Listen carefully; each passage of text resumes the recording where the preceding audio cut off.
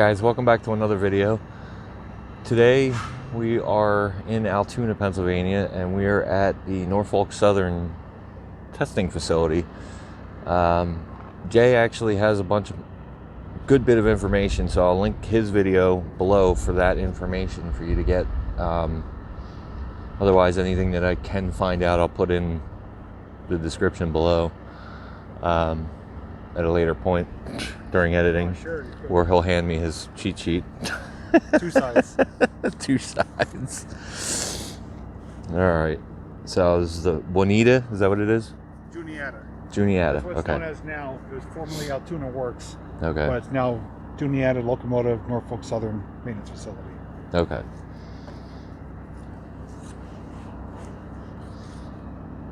All right. So what we're looking at is, I'm gonna turn you around. See what you're looking at instead of me.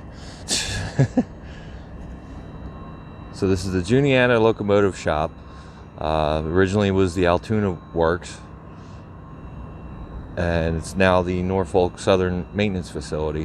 It was built between 1850 and 1925 by the Pennsylvania Railroad to supply locomotives, rail cars, and other equipment. The first locomotive that was built here was in 1866, and over 6,700 steam and diesel locomotives were built here between 1866 and 1946. By the 1920s, the site consisted of 120 buildings and sat on over 200 acres and employed over 15,000 people in its peak. It started off as Pennsylvania Railroad, then became Penn Central in 1970. Conrail came into play and took over in 1976, and then in the 1990s, Norfolk Southern took over. At one time, it had one of the largest roundhouses in the world, and today it employs around 1,000 people. And from what Jay was also saying too, is they have testing facilities inside the building where they're able to test the locomotives for different longevity and fuel economy and conditions, weather conditions. They're able to completely dismantle, which if you look right here, you can see one that's dismantled down to the frame. You can actually see their handrails there. They can completely dismantle it and rebuild it and have it back together within 6 days, which is really impressive for what these are and the size they are. As you'll see probably in this next clip here, as we pulled up and we were getting out to set up, they just happened to be bringing a Wabash unit onto this turntable and turned it around right in front of us, so we were able to capture that on camera. So that was a nice little treat for us. Weren't expecting that, and definitely made it more interesting for us to bring to you guys. So we're gonna hang out for a little bit, see if we can get any more yard action, but as you can see here, there's quite a few locomotives sitting here. This one over here looks like it's got some work being done to it. It's got doors open on it. It also looks like they have their own water treatment facility right here.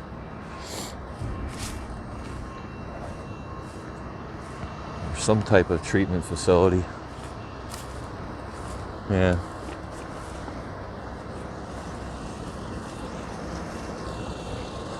And you can see the nasty water coming into that holding tank right there. But yeah, you look at this unit right here, the 9549. You got some of the side panels open and off, doing some work to it.